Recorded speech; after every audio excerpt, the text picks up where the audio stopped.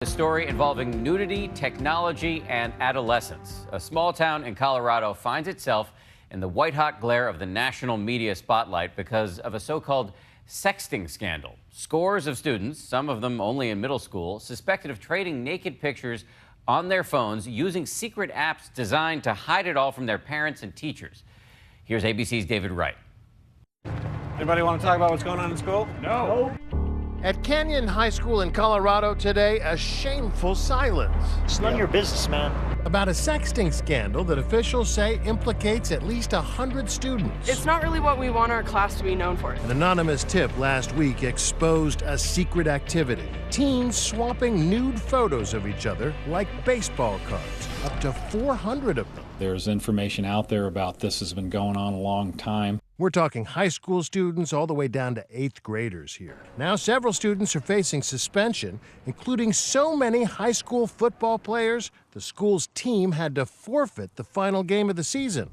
The incident has shaken this small town. I was shocked, hurt. I don't know what the right word is for it.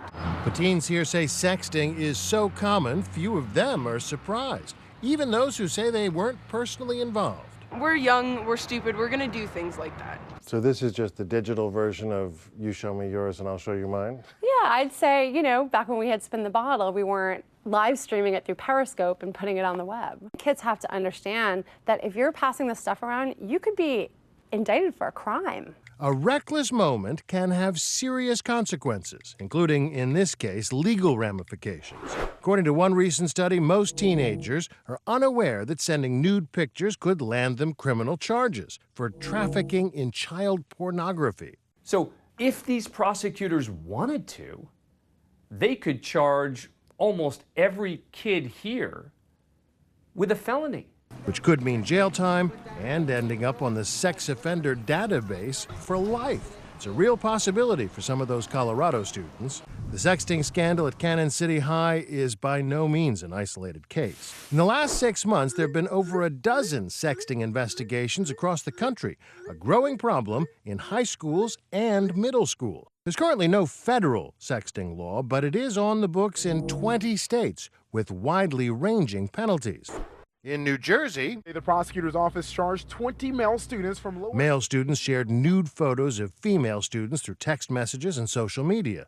In Ohio, 10 kids here in Centerville are in serious trouble. A similar photo-sharing ring, the youngest victim there, just 11 years old. And just today in New York, we begin with that sexting scandal. Another sexting scandal involving dozens of students. 2 male 14-year-old students filmed a sexual encounter. Well, that video made the rounds. The school disciplined the teens for allegedly sharing or just viewing a video of a fellow student engaged in a sex act. The father of one of the suspended students was outraged. It's impossible to believe that your son could get in trouble because somebody forwarded a video to his phone that he has no control over receiving it.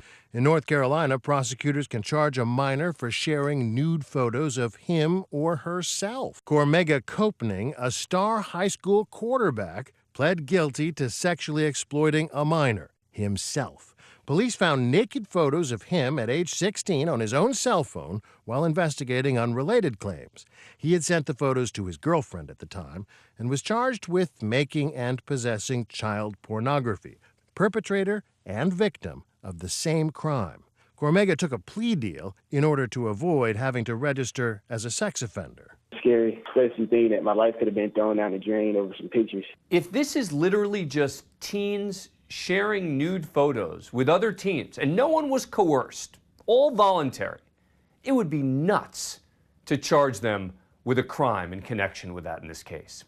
So these laws are pretty outdated. So what can parents do while we wait for the law to catch up to the technology? Kids will always be savvier than mom and dad, and I think that they will always be one step ahead of us. That's just the nature of the game. Blogger Liz Gumbiner showed me how easy it is to hide those incriminating photos. There's an app for that. In fact, it's pretty several amazing. of them. So this is what's known as a ghost app because authorities say some of the teenagers in Colorado used apps such as these disguised to look like calculators or clocks. Congratulations on downloading the best private photo app.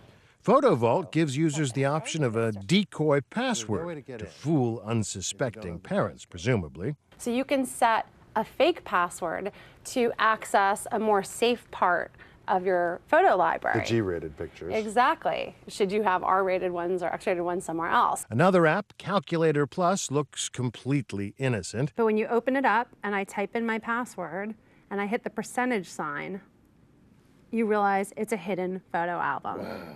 Of course, parents could always take away the smartphone just in case. Sending photos is as easy as point and click. Kids swap the files in texts or with apps such as Snapchat, Kik, Yik Yak, and Whisper, which make sharing large numbers of files fast and easy.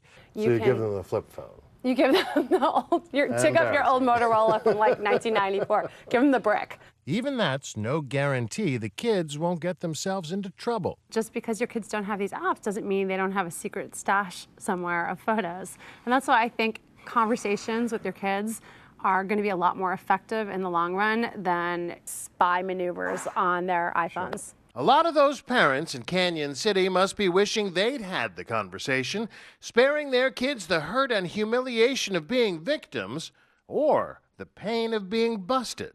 I'm David Wright for Nightline in New York.